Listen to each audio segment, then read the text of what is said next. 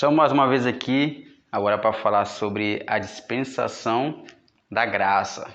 Um dos 3 assuntos das dispensações, já falamos sobre a dispensação do mistério, agora vamos dar início à dispensação da graça. Estou aqui com o irmão Marcos e o irmão Kélio. Vamos dar continuidade aqui em nome de Jesus. Isso aí, meu povo. Aqui é o irmão Kelly falando. Estamos aí para contribuir, tá certo? O crescimento dos vossos irmãos.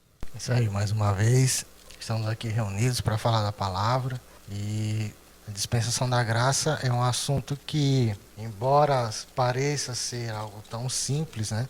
Mas nós vamos ver que também tem uma questão a ser estudada, a ser compreendida, né? E porque na atualidade se tem confundindo um pouco a questão de estarmos no tempo da graça com um certo liberalismo, algumas questões que envolvem os conceitos de pecado hoje em dia, né? Porque se tem pregado hoje em dia que porque estamos no tempo da graça, então o ser humano tem a liberdade de pecar, porque Cristo já perdoou os pecados no passado, então, e pessoas do meio evangélico têm pregado isso, né? É isso aí. Estaremos vendo isso aí nos pormenores, tá certo? A dispensação da graça, nós temos conhecimento de todos os eventos a partir da encarnação de Cristo. Veja só, todos os eventos a partir da encarnação de Cristo até a nossa reunião com Ele. Então, a dispensação da graça, ela vai se iniciar com a encarnação do Verbo. Há uma outra corrente que vai dizer que a dispensação da graça só vai iniciar com a morte de Cristo, onde o véu ele é rasgado e aí inicia-se a graça. Mas ela se inicia verdadeiramente na encarnação de Cristo, porque Cristo é a graça de Deus para nós. Cristo é Deus se fazendo carne no meio de nós. Na encarnação de Cristo nós vemos o próprio Deus se tornando homem, tá certo? E nós vemos que posteriormente a graça ela passa a ter um intervalo, certo? Ela passa a ter um intervalo.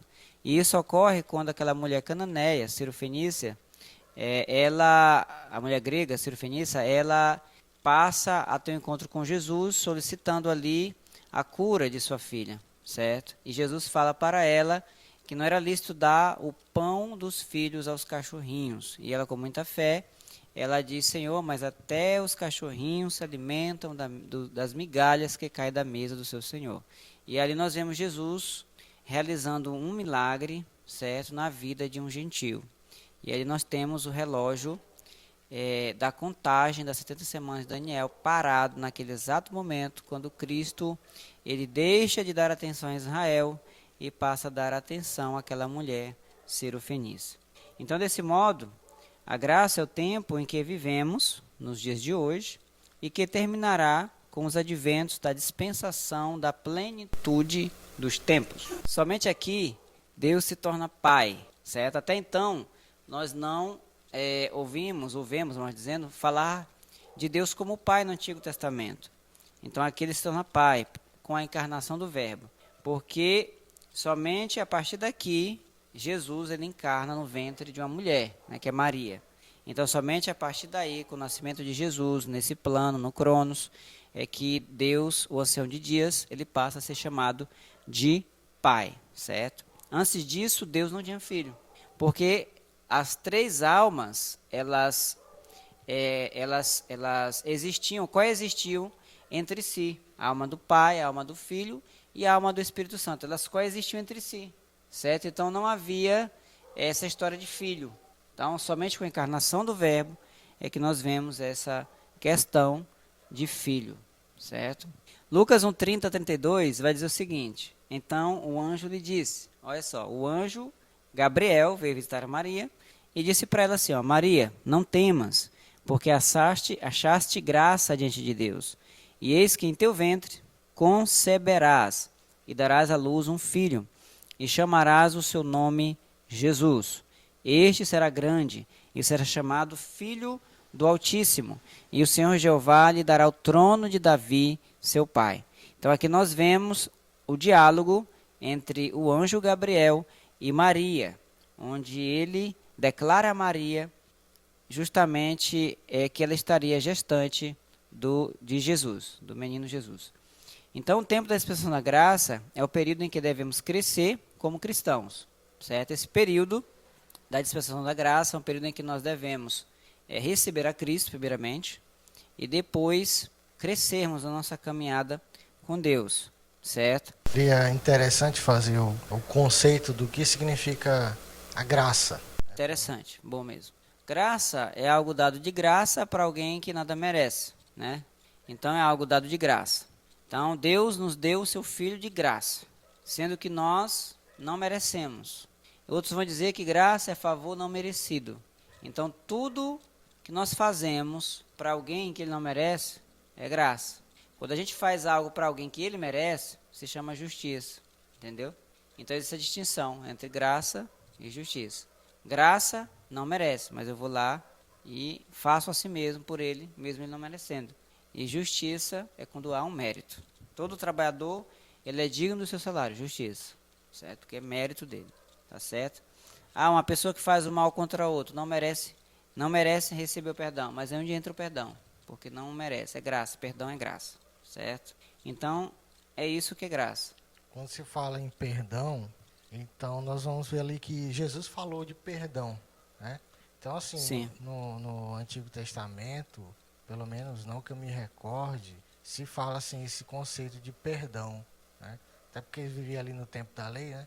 Jesus ele aborda o perdão naquela questão de perdoar, né? 70 vezes 7, não lembro qual foi o discípulo que perguntou. Foi Pedro. Foi Pedro, né? Então, assim, também se encaixaria dentro dessa concepção.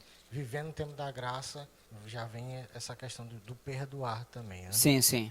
É verdade. Interessante Jesus falar isso, porque isso tem a ver com Lameque lá atrás, sabe? Lameque, ele faz justamente comete um pecado desses, né? De matar um homem porque pisou nele, né? Uma coisa assim. São dois homens que ele matou, um por pisar e o outro eu não me recordo, mas foi algo que a pessoa fez para ele, uma coisa assim até banal, e ele tirou a vida da pessoa. E aí ele chega a dizer que até 70 vezes 7, né? Ele usa essa expressão, 70 vezes 7.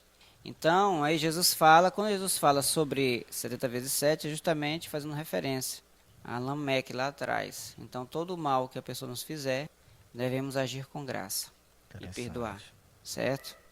Então, louvado seja o nome do Senhor. Então, o tempo da dispensação da graça é um período em que devemos crescer como cristãos na graça e no conhecimento de Deus. Segunda de Pedro 3,18 vai dizer isso, que nós devemos crescer na graça e no conhecimento de Deus. Então, crescer na graça. Tem gente que pensa que essa graça é poder, né? Pensa que é poder. Não, é em toda boa obra. Devemos crescer em toda boa obra. Então, devemos praticar o bem, certo? Inclusive o apóstolo Paulo vai dizer que se nós não desfalecermos, a seu tempo receberemos a nossa recompensa, se continuarmos praticando o bem, certo? Então devemos crescer nessa prática da graça, na prática do bem, do perdão e de muitas coisas que envolvem isso. E também diz que devemos crescer no conhecimento de Deus, certo? Nós devemos a cada dia prosseguir em conhecer o Senhor, como diz Oséias 6,3. E devemos desenvolver a nossa salvação com temor e tremor, que está lá em Filipenses 2,12. Então, nós vemos que há um processo, certo? Nesse tempo da graça, essa graça, ela exige de nós algo, certo? E esse algo de nós que ela exige é o crescimento, é o conhecimento de Deus, certo? Nós devemos desenvolver a nossa salvação nesse período chamado graça, porque o período posterior a isso, já não vai dar mais para fazer isso. Temos somente este período da graça para isso. E isso nos leva aos 3 tempos da salvação, certo? A primeira epístola aos Tessalonicenses de Paulo, 5,23, ele vai dizer assim: o mesmo Deus de paz vos santifica em tudo, e todo o vosso espírito, alma e corpo sejam preservados irrepreensíveis até a vinda do nosso Senhor Jesus Cristo, que é aqui onde se encerra a graça, né? Quando ele retornar. Então, veja só, espírito, alma e corpo. Então, devemos ser encontrados irrepreensíveis nessas 3 áreas no fim da graça.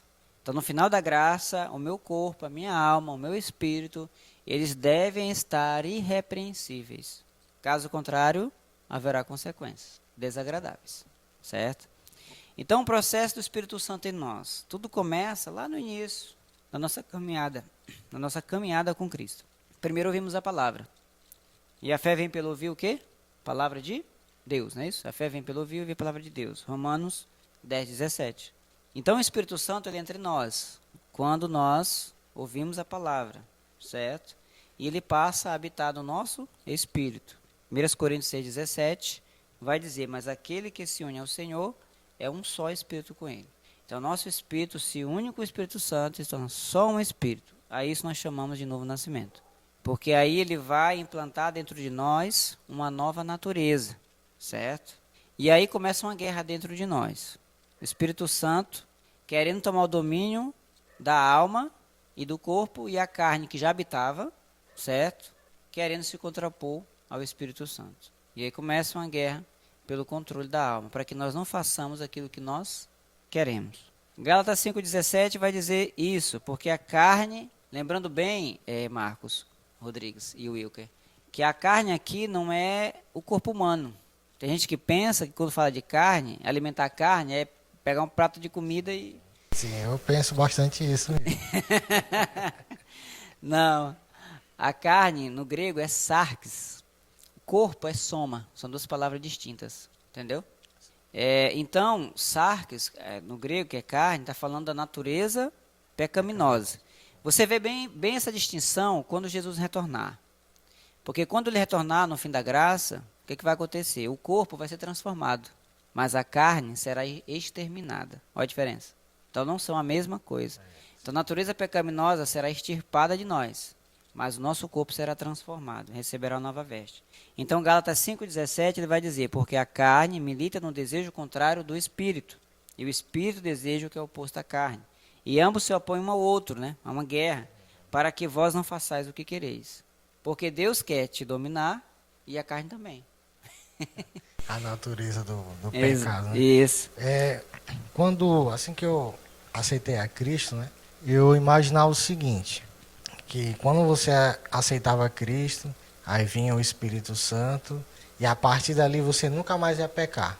É assim que eu imaginava, né? E o Espírito Santo ia te dominar de uma tal maneira que você nunca mais ia... Se fosse assim, era tão bom. Seria bom, né? Seria maravilha. Maravilhoso. E com o passar dos meses, a gente vê que não, né? Que aí voltam aquilo que nós chamamos de tentações, né? Então, aí nós deparamos com esse confronto aí da natureza do pecado do Espírito de Deus querendo operar, né? Essa transformação, essa mudança, né? Que é um processo, né? Como o senhor falou, né? É um processo. E que se dá em 3 tempos, né?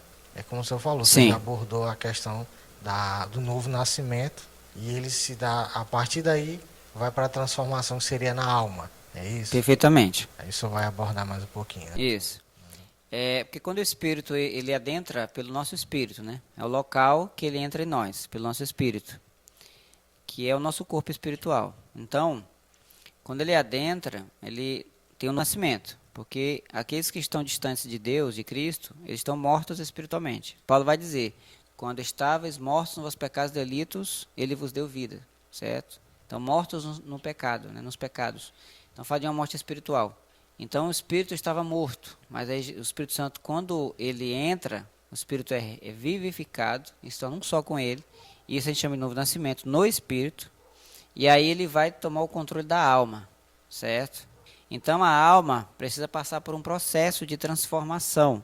Por isso que Romanos 12:2, ele vai dizer assim, não vos conformeis com as coisas do sistema mundano, mas transformai-vos. Essa palavra transformar, ela vem do grego metamorphos, que significa metamorfose mesmo, transformação. Mesmo processo que a borboleta, né, passa no casulo, ou seja, a larva, né, passa no casulo e se transforma em borboleta. Então, da mesma forma, nós precisamos transformar. Ele vai dizer, por meio da renovação do vosso entendimento. Entendimento fala de mente, da mente humana. Então, precisamos transformar, permitir que o Espírito Santo transforme a nossa maneira de pensar. Porque se você parar para observar, todos nós vivemos de acordo com nossas crenças, certo? Se eu digo acreditar em algo, mas eu vivo da forma contrária a isso, significa que eu não acredito no que eu digo. certo? É o que a gente chama de hipocrisia. É interessante que, não sei se todos concordam, né? Mas eu já ouvi falar e eu concordo que o pecado em si, ele nasce, né?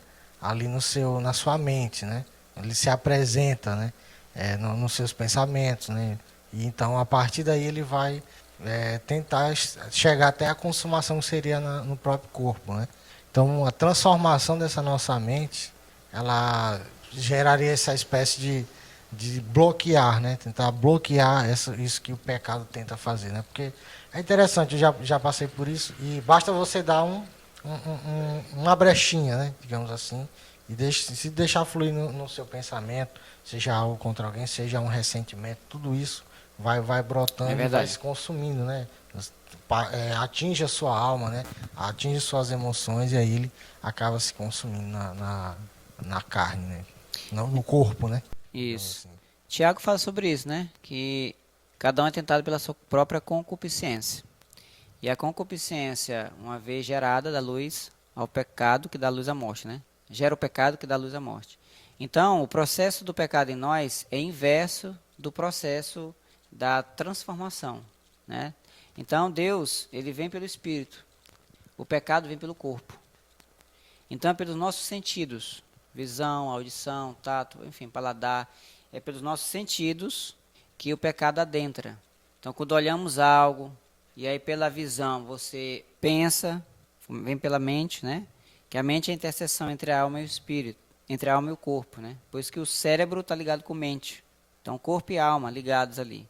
Então, quando você olha pela visão do corpo, pensa, né? Aí quando você pensa, você deseja. Por isso que o corpo começa a produzir certos tipos de substâncias químicas, né? Porque você passa a pensar e aquilo começa a mexer com o seu corpo, pensa que não está mexendo com as suas emoções. Já está entrando no caminho do coração. Então, quando o pecado ele desce para o coração, ele gera morte, certo? Porque aí você passa a não ter mais o controle sobre os seus instintos. Porque o que é o pecado? É o desequilíbrio dos instintos. Nós temos 6 instintos. Nós temos o instinto da comunhão. Eu peco quando eu não perdoo. Eu peco quando eu guardo mágoa, porque a comunhão está afetada, certo? E a comunhão é algo tão importante que pode fazer até que eu desça a sepultura antes do tempo, por causa de falta de comunhão, que era o que aconteceu na igreja de Corinto, que eles não discerniam o corpo do Senhor, certo? Então, assim, inclusive existem enfermidades como câncer, que os médicos vão dizer que essa enfermidade ela nasce tanto num corpo que esteja ácido, como num coração ácido, né? Ou seja, pessoas com emoções ácidas. Então, pessoas que guardam mágoas, pessoas que guardam rancor dos outros, eles, se não tiverem uma boa alimentação, são candidatos fortíssimos a desenvolverem um câncer, entendeu? É por isso que a palavra de Deus diz, aquele mandamento, obedecer teu pai e tua mãe, para que teus dias de vida aqui na terra se prolonguem. Se prolongue. Isso aí bate certinho, né? Sim, bate sim. E aí a desobediência também, né, como é o caso de não honrar pai e mãe, leva à sepultura também. Então nós temos outro instinto que é a reprodução. Então quando o sexo é abençoado, mas desde que seja feito dentro da família, né, entre o marido e a sua esposa, casados, debaixo de uma aliança. Fora disso, desequilíbrio do instinto de reprodução. Então vai pecar, adulterar, fornicar, enfim. Aquisição, pessoas que têm desequilíbrio com relação a posses, né? Amam dinheiro, amam posses, enfim, às vezes acabam puxando tapete de outros para adquirir algo, enfim, desequilibra, né? Alimentação, pessoas que às vezes cometem o pecado da gula, enfim, autoproteção e domínio. Então são coisas que as pessoas, por exemplo, tiram a vida de outros, né? Autoproteção, domínio, às vezes o ciúme, um pecado de domínio, né? Ou inveja, a ausência daquilo na sua posse. Então são pecados que são desequilíbrio dos instintos que nós temos. Então sempre que um desses 6 instintos desequilibre nós, pecamos. Então o Espírito Santo ele vem para nos dar o equilíbrio nesses instintos que a gente vai ver que é o fruto do Espírito. Entendeu? E tudo isso que nós estamos falando está dentro da dispensação da graça. Porque a dispensação da graça é um período para isso. Ela serve para isso, certo? Para a salvação do espírito, da alma e do corpo. É para isso que serve esse período. No caso, como você falou desses 6 instintos, né, que nós temos, né? Sim. Então, assim, se a gente fizer aqui vamos imaginar que, no caso, o primeiro homem, a primeira família, seria Adão e Eva, né? Eles seriam pessoas que teriam esses instintos, 6 Sim. instintos, porém, na medida certa, né? Equilibrados. Vamos lá, equilibrados, né? E com o advento ali do pecado, então acontece esse desequilíbrio, né? A Perfeito. humanidade começou a se desequilibrar, né? É interessante porque às vezes pessoas pensam, né, que, por exemplo, Adão e Eva seriam pessoas que talvez não reproduziriam, né? Eu acho que tem gente que pensa dessa forma, mas se Adão e Eva não tivessem pecado, eles teriam dado continuidade à humanidade, claro. Claro. Se ele não tivesse né? pecado, nós pularíamos de Gênesis 3 para Apocalipse 22, certo? Não teria toda essa parte. E outra coisa, nós existíamos antes. Nós já existíamos antes em Deus, certo? A Bíblia vai falar em Zacarias 12, se eu não estiver enganado, que Deus forma o espírito do homem dentro dele. E nós já vimos também em outros podcasts, né, que Deus nos criou, melhor dizendo, dentro dele antes. Então nós já estávamos com ele. Toda a raça humana em espírito já estava dentro dele. Só foram nascendo no Cronos no tempo certo, certo? Mas todos que haveriam de nascer, já estavam dentro dele. Então se Adão não pecasse, todos iriam nascer na terra. Só que num paraíso, né? Seria uma maravilha. Da comunhão direta com Deus. Ali, Comunhão né? direta com Deus, usufruindo de tudo que o paraíso nos proporcionaria. Entendeu? Então seria maravilhoso. Então nós temos essa necessidade de transformação na alma. E essa transformação ela é um processo, certo? Então a palavra de Deus ela nos limpa. João 15:3. Jesus disse assim para os discípulos: vós estáis limpos pela palavra que eu vos tenho falado. Então a palavra ela nos limpa, certo? Nos transforma, Romanos 12:2, né, que a gente acabou de ler agora há pouco. E nos salva, Tiago 1:21. Tiago 1:21 vai dizer que receber com mansidão a palavra em voz enxertada, porque ela é suficiente para salvar a vossa alma. Então, a palavra ela salva, ela transforma a nossa alma, ela nos molda, ela muda o nosso caráter, certo? Ela nos aproxima mais de Deus, né? Faz com que nós sejamos mais parecidos com o Pai, a palavra de Deus. E qual seria a consequência disso? O fruto do Espírito Santo. A consequência da guerra, a consequência da vitória do Espírito Santo na nossa alma, a consequência da transformação da nossa alma seria o fruto, é o fruto do Espírito, Gálatas 5:22. E esse fruto, ele vai promover algumas coisas. Quais seriam essas coisas? Primeiramente, amadurecimento, certo? Existe um dos gomos, porque o fruto é um só, mas mas ele tem 9 manifestações. Imagina uma laranja, é uma fruta, apenas uma. Se eu pegar uma laranja na tua mão, é só uma fruta que você tem ali. Mas a compensação ela tem vários gomos. E o fruto do Espírito tem 9 manifestações. Porque eu mesmo já falei muito isso, frutos do Espírito, né? Embora há outras passagens que vão falar frutos né? no plural, certo? Não tem problema também. Mas estou falando num contexto de Gálatas 5:22. Nesse contexto é um fruto, certo? Então, amadurecimento é uma dessas coisas. Primeira carta de Paulo aos Coríntios, 14:20, vai dizer que nós devemos, no entendimento, ser maduros, certo? E na malícia, como meninos. Então, o que acontece? Quando eu venho para Jesus, eu nasço de novo. Então, significa que eu ainda sou bebê na fé. E o crescimento, ele é natural. Se você planta a semente, ela nasce uma planta, ela não vai ficar pequenininha para sempre. Ela vai crescer. E ela vai dar o quê? Frutos. Porque o crescimento é natural. A ausência de crescimento não é natural. É resistência, é doença, é algum problema, certo? Isso significa que se eu venho para Jesus hoje, ouvi o Evangelho, crie, beleza, sou uma plantinha pequena, sou uma semente ainda vou germinar. E eu não cresço, eu passo 30 anos na casa de Deus, fazendo a obra de Deus, e eu não desenvolvo o fruto do Espírito Santo, amor, alegria, paz, bondade, fidelidade, mansidão, certo? Então significa que há algum problema, e não é com Deus, não é com o Espírito Santo, é comigo, certo? Porque, Marcos, daqui a um ano, eu tenho que estar melhor do que eu estou hoje. Entendeu? É verdade. Daqui a um ano, eu tenho que conhecer mais a Deus do que eu conheço hoje. Isso é crescimento. Se daqui a 20 anos eu estou do mesmo jeito, eu não cresci. Se tu pegar uma criança que tem 10 anos e daqui a 10 anos ela continua do mesmo tamanho, alguma coisa está errada. Não é verdade? Verdade. Então, da mesma forma, somos nós na nossa vida espiritual. Precisamos crescer. E isso é dia após dia. E esse crescimento, ele é emocional, certo? No planeta das emoções. Nós precisamos amadurecer as nossas emoções, certo? Nós precisamos amadurecer a nossa mente, certo? Além do nosso espírito. Porque se eu não amadureço, eu não vou poder reinar com Cristo. E também não poderá gerar frutos, não ter um testemunho. Isso aí entraria aquela passagem de que Cristo fala que nós conhecemos ali a árvore pelos seus frutos, toda árvore boa, ela Perfeito. dá bons frutos, né? Porque assim, o que cria uma ideia errada, né? Eu falo assim, ideia errada, que às vezes as pessoas, né, quando falam, por exemplo, aquele ali é um homem de Deus, é uma mulher de Deus, eles veem um lado um pouco o externo, né? Tipo assim, o que ele faz, Os né? dons.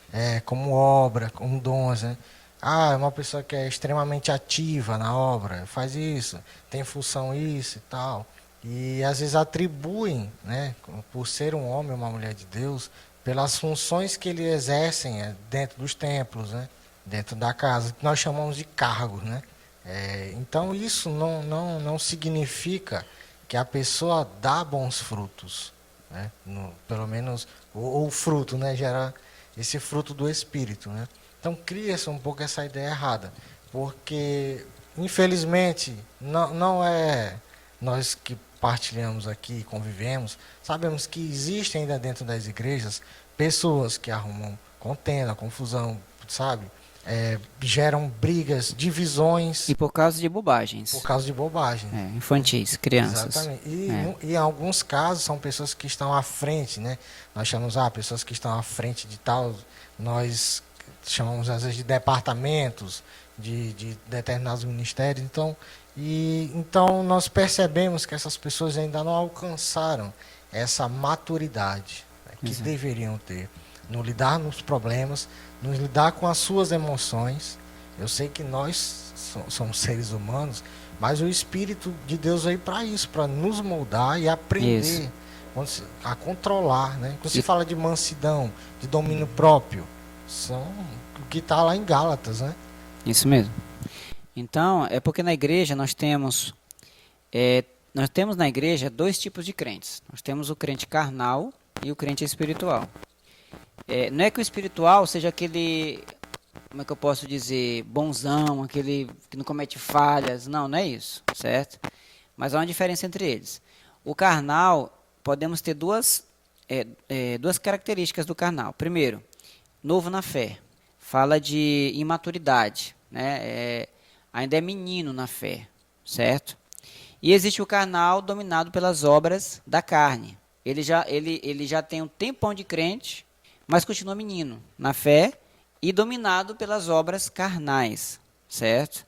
Já o espiritual, ele cresce, ele desenvolve, comete falhas? Comete, porque ele é um ser humano, como você bem disse, né? Ele comete falhas, vai cometer erros, ele não é perfeito, mas ele sempre procura estar melhorando, sempre procura estar buscando a Deus, sempre procura estar lutando contra si mesmo, certo? Ele sempre procura estar crescendo, certo? Corrigindo os seus erros. Ele é uma pessoa irrepreensível, ele mesmo se autocorrige, certo? Tem humildade para receber críticas quando está errado. Na verdade, ele sempre vai achar que a crítica é bem-vinda. Ele nunca vai se ofender com a crítica, certo? Ele sempre vai receber a crítica. Porque ele gosta da crítica, porque a crítica ele tem o entendimento, a maturidade de que é a crítica que vai fazer ele crescer, não é elogio, entendeu? Então, assim, esse é o padrão que nós, cristãos, devemos buscar em nossas vidas, entendeu? Outra coisa que tu falaste aí, às vezes pessoas em posições de liderança que não têm maturidade. Se eu fosse um líder, não colocaria pessoas que não têm maturidade para tomar de conta de determinados departamentos, porque vai dar problema, certo? Ah, mas não tem ninguém, então eu acabaria com o departamento. Eu acho que se é para cortar o mal, corta pela raiz, entendeu? Para evitar o problema. Ah, tem ali, tá brigando por causa de X. Remove o X, que acaba a confusão, certo? E se o líder não tem maturidade, retira o líder. Eu penso assim, entendeu? Para evitar doenças no corpo, para evitar que o corpo fique febril, que haja uma febre no meio do corpo. É que certa vez eu estava conversando com algumas pessoas, né? E foi abordada essa questão, né? Justamente, pessoas que têm esse tipo de atitude e que acabam comprometendo todo um corpo, né? Porque há pessoas que não têm esse entendimento de que a igreja é um corpo e que como um corpo, como Paulo diz, né? Cada um tem sua função, mas eles unidos, eles prevalecem, né? Eles têm um objetivo, têm uma função. Então, quando um membro ou alguns membros eles começam a contender entre si, começam a gerar divisões, né? Digamos, facções dentro da própria igreja que não era para existir, eles acabam comprometendo o corpo de Cristo e acaba fazendo, como o senhor disse, um corpo febril. Então vai adoecendo e acaba, por vezes, tornar aquela igreja, aquela comunidade, até inoperante no meio espiritual. Porque às vezes as pessoas não têm esse entendimento, acham que igreja é um mero ajuntamento de pessoas que se reúnem nos domingos para estar lá, mas não, existe um objetivo espiritual acima de tudo, né? Existe ali uma igreja que deve ser operante no meio espiritual, e essas coisas comprometem esse agir no reino espiritual. É como você dá brecha, né, para o inimigo trabalhar, e é claro que ele não vai investir leve, ele vai investir pesado contra a igreja. E se dá uma brecha de contenda, ele vai querer investir pesado para que aquela igreja seja desunida, né? E eu não sei se vocês concordam comigo, mas eu creio que uma das coisas que acho que Deus se entristece muito é com a desunião no meio do seu próprio corpo, no meio da igreja de Cristo. Jesus mesmo disse, né, que um reino dividido contra si mesmo não prosperará, né? Então, um reino dividido não prospera. Se o próprio Jesus disse isso, então é necessário que haja união. Então, outra coisa que nós passamos a ser, né, passamos a desenvolver, passamos a ser herdeiros. Gálatas 4:2 vai dizer que enquanto o herdeiro é menino, em nada se difere do escravo. Por quê? Porque ele não tem maturidade para assumir a herança, certo? Então ele vai precisar de tutores legais para que assim possam ter acesso à herança. Então ele vai ter acesso, mas por meio de tutores. Então da mesma forma é a igreja. Então no arrebatamento da igreja, aqueles que não são maduros não poderão assumir posições de autoridade no reino. Porque quando a gente fala em galardões, o pessoal pensa que é coroa na cabeça, literal, né? Com a estrelinha, com as pedrinhas. Com as pedrinhas. Tem gente que diz assim, ah, meu, ganhou mais uma estrelinha na tua coroa. Ai, Jesus. Então, assim, se a Rainha Elizabeth, se alguém disser assim, a Rainha Elizabeth perdeu a coroa, o que você vai entender? Que ela perdeu o objeto da coroa da cabeça? Está procurando que perdeu o objeto? Não, ela perdeu o domínio, perdeu o poder, perdeu a autoridade.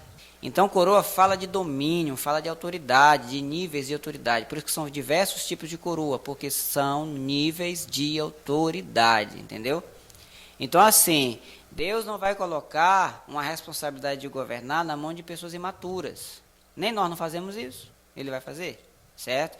Então, se o irmão briga por uma farda, tu acha que ele vai botar ele para reinar, para estar em posição de liderança? Não vai, meu amigo. Primeiro, que ele não vai nem estar lá, porque ele não vai ser arrebatado por aí, entendeu? Ele não vai nem ser arrebatado, vai ficar, que está brigando por besteira, ferindo o corpo por causa de besteira, ferindo o corpo de Cristo. Ai daquele que feriu o corpo de Cristo, certo? Por causa de contenda, essas coisas, intriga, me disse. Então, assim, é complicado. Então, é necessário termos maturidade, isso vem pelo Espírito Santo, que age em nós pela palavra. Então, o Espírito Santo, ele nos molda na nossa alma pela palavra. Então, nós somos amadurecidos por ele, pela palavra. Aí, com o amadurecimento, estamos aptos a reinarmos com Cristo. Estamos aptos a reinar com Cristo, certo? Então Jesus, ele pega certa vez uma criança e coloca ela do lado, e diz assim, ó, se vocês não se converterem como esta criança, então, na malícia eu tenho que ser como criança. No perdão, eu tenho que ser que não uma criança. Criança não guarda mágoa de ninguém. Criança não faz acepção de pessoas. É verdade. Criança, ela trata todo mundo igual, certo? Criança não tem orgulho, criança não tem soberba, não tem arrogância. É criança. Você pegar uma pessoa, uma criancinha de 4, 5 anos, não tem soberba, não tem arrogância. Estou falando de criança antes do discernimento, tá? Sim. Antes do discernimento. Então não tem nada disso. Ela é pura aos olhos de Deus. Por isso que Jesus disse, deixai vir as minhas crianças, porque das tais é o reino de Deus. Então, se nós não conseguirmos ter a pureza dela, a ausência de malícia que ela tem, não vamos entrar lá não, certo? O que é malignidade? O contrário de benignidade. Quantos crentes não desejam mal para aqueles que fazem o mal? Aquele Lázaro, quanta gente não desejou que ele morresse? Crente, não foi de ímpio não, crente, entendeu? E quando você deseja o mal ao próximo, você está sendo maligno, seja quem for. Se desejou o mal, você vai ser maligno, está com malignidade. Então precisamos ser assim. Então a graça é mais pesada que a lei. Tem gente que pensa que, como tu falou no início, que a graça é mais leve. Se eu te falar que a lei tinha 613 mandamentos, só a graça tem 1050 mandamentos, mais do dobro. Mas tem gente que está se enganando, achando que não tem lei na graça. Nós temos 3 leis na Bíblia, 3 leis. A primeira lei se chamava lei natural, a segunda lei se chamava lei de Moisés, e a terceira lei se chama lei de Cristo, certo? Então, é mais pesado, 603. Vou dar um exemplo. Jesus disse assim, ó, ouviste que foi dito aos antigos, não adulterarás, né?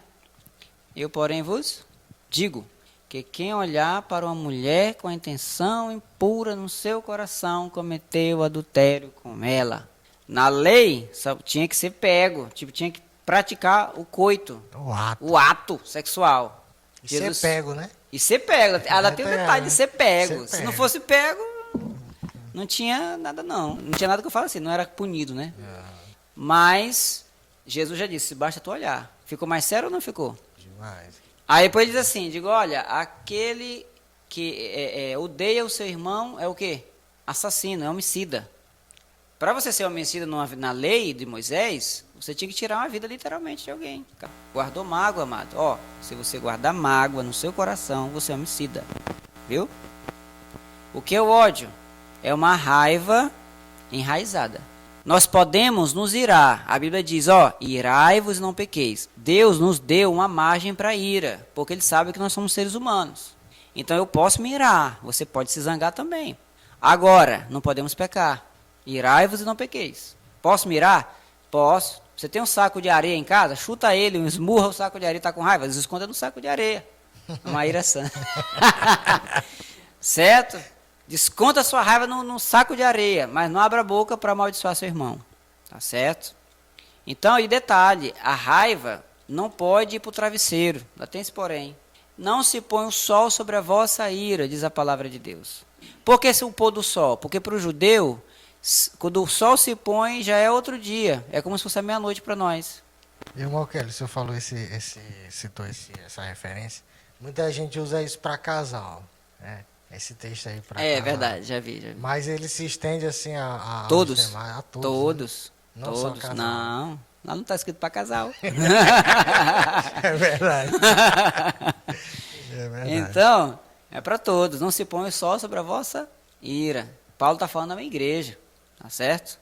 Então, se a gente se irou naquele dia contra alguém nos fez algo, você tem toda a liberdade de se irar. Não pode se vingar. Morda a língua, pisa o seu pé, dá um jeito, controle a raiva. Pode se irar? Pode. Deus deixa que a gente se ire. Certo? Podemos. Pode acontecer de se irar. Na discussão calorada você se irar, mas não pode pecar contra o seu irmão. Você pode falar uma verdade para alguém com ira? Pode. Desde que você controle a língua e não amaldiçoe ele e não peque contra ele. Mas você pode, algo acalorado, no momento acalorado, falar umas verdades para alguém com raiva. Não pode pecar. Certo? Então podemos nos irar sim. Se alguém falar uma coisa que nós não gostamos, tá livre, você pode irar. Mas não pode o quê? Deixar para amanhã. Tu tem até o pôr do sol. na verdade, até o travesseiro, para te ficar com raiva do teu irmão. Só. Agora tem um porém, se Jesus voltar, tu fica com a tua ira. Tem esse porém também. Fica com a ira. Fica com a ira, porque ainda tem esse risco de Jesus voltar até o travesseiro e você ficar por causa da sua ira. Ainda tem esse problema, né? Porque ele não vai levar o crente iracundo, não vai. Assim, hoje em dia, infelizmente, pouco se valoriza quando se trata dessas questões de perdão, da ira. Verdade. Pouco se tem valorizado. Nós percebemos isso pelos fatos que presenciamos, né?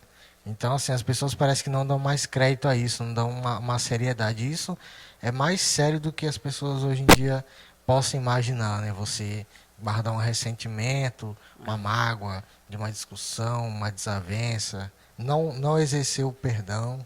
Se for entre nós e um ímpio, a situação é diferente. Paulo ali está falando para uma igreja, está falando para um problema que possa ocorrer entre irmãos em Cristo. Mas nós, com relação ao ímpio, é diferente. Com relação ao ímpio, eu não tenho nem o direito de mirar. Nem o direito? Nem o direito de mirar contra ele. Ixi, ficou tenso agora, hein? Certo? Porque Jesus disse assim, ó, se alguém te forçar, dá uma milha. Anda com ele? Duas. Se alguém te bater na cara, o que você faz? Dá outra face. Dá outra face. E esse alguém é alguém que não tem o temor a Deus. Se alguém te furtar, se for traduzido pro dia de hoje, tu tá com um relógio no braço e um celular no bolso. Ele disse, passa o relógio. Aí tu diz, leva o celular também. É isso, né? Alguém te dá um murro na cara e tu virar outra face.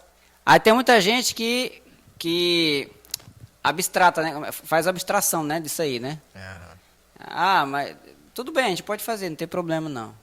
Que a outra face é alegórico, né? Não é Sim. literalmente. Tudo bem, não tem problema. Seria não revidar, seria isso. Seria não revidar. Não vingar, né? Certo? Seria não revidar. Então, nós não podemos revidar. Então, você está no trânsito e alguém te xinga, você tem que ficar o quê? Calado. Caladinho. Murchinho, sabe?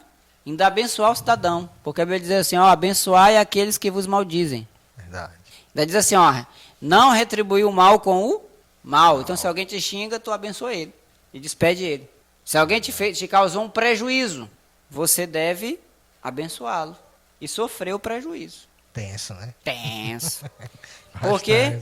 Porque isso é reino, visão de reino. Por que é tão difícil para nós? Porque a nossa visão está limitada nessa terra. Tá entendendo? A gente não tem a visão do reino. Qualquer dia desse nós vamos gravar sobre o reino. Ixi, isso é uma benção. Vai abrir a visão do povo.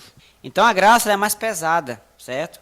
Então o arrebatamento da igreja é, antes de tudo, uma prestação de contas dos ministérios falsos e verdadeiros diante de Cristo. Então nós iremos prestar contas diante de Deus de tudo quanto fizemos, certo? Então é isso, pessoal. Agradecemos aí por mais essa oportunidade em que você nos ouviu. Que Deus possa continuar abençoando a sua vida, que você venha meditar nessas palavras, nesse podcast, nesse episódio que nós fizemos hoje, gravamos com muito amor e carinho para os nossos ouvintes. Então que Deus possa reinar na sua vida, possa transformar a sua vida abundantemente, para que você seja feito à semelhança do Filho, tá certo? Um abraço. Só lembrando que o objetivo desses nossos podcasts é justamente isso, compartilhar, né? Daquilo que nós aprendemos, daquilo que...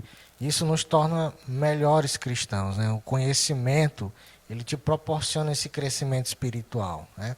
Então, nós queremos que todos compartilhem, né, dessas coisas que nós aprendemos, porque nós sabemos que nos edifica. Então, nós queremos que todos os ouvintes sejam também edificados e venham a prosperar na sua vida espiritual. E que assim todos possamos colaborar para que o reino continue a crescer, né? É importante esse crescimento do corpo de Cristo, né? E nós agradecemos, estamos aí criando novas ideias para novos debates, para trazer novas discussões. É claro que o nosso objetivo aqui não é causar polêmicas, digamos assim, deixar questionamentos, não. Nós queremos esclarecer, trazer à luz no conhecimento. E, é claro, também desmistificar muita coisa. Sim, né? tem muito coisa misticismo. que esses misticismos acabam induzindo a pessoa ao erro, a ter um entendimento errado, uma compreensão errada. verdade. E com essa compreensão errada, ela acaba não crescendo espiritualmente. Então, é claro que nós teremos assuntos que serão polêmicos. Sim, teremos. Teremos assuntos que serão polêmicos, mas todos com o objetivo: esclarecer para que todos venhamos crescer no conhecimento de Cristo. E também para a gente ver fora da bolha, né? Precisamos ver fora da bolha. Porque às vezes a gente tem ali aquele entendimento de que a nossa visão é verdadeira, né? Mas é bom a gente saber o que os outros dizem também, as outras denominações, o que elas falam, o que elas defendem. A gente olhar novos horizontes também, tá certo? Porque será que nós somos detentores da verdade, né? Será que somos 100%? Será que tudo que a gente aprendeu está correto, 100%, não tem nada errado, né? Então a revelação ela é progressiva, embora a Bíblia não seja, né, a revelação do cânon está completa, mas a revelação para nós individualmente ela é progressiva. Por isso que a gente aprende, porque a gente não sabia disso, de algo, mas ali a gente aprendeu uma coisa nova. Então a revelação, o véu foi tirado e a gente passou a compreender de uma melhor forma aquilo que antes nós não compreendíamos. Como o Marcos Wilke aqui me lembrou, e todos esses debates são com fundamentos bíblicos. Né? Nós vamos na Bíblia, o irmão Kelly traz as referências e você acompanha, você pode estar anotando. E também nós vamos estar abrindo futuramente um canal aí para você enviar suas perguntas, os seus comentários, sugestões de temas, justamente, que nós precisamos, né? Envie a sua dúvida, né? Também, né, sua colaboração, se você tem algo a dizer, a colaborar com um determinado tema, nós estamos aí, nós vamos disponibilizar aí, seja um e-mail, que o pessoal, eu sou antigo ainda, não uso e-mail ainda, pode ser o e-mail, pode ser o WhatsApp, nós vamos abrir aí esse canal para que você participe conosco, você tenha assim essa interação, que é isso que nós queremos também, interagir com vocês, que nos ouvem. Então é isso aí, né? Graças a Deus estamos concluindo mais uma dispensação da graça, que Deus possa abençoar a nós e a vocês ouvintes e que continue aqui, né? Acredito eu que ainda estamos sendo bebê esse podcast, mas eu creio que muitas vidas serão impactadas pelo poder de Deus, né? Então é isso aí. Nos vemos até a próxima.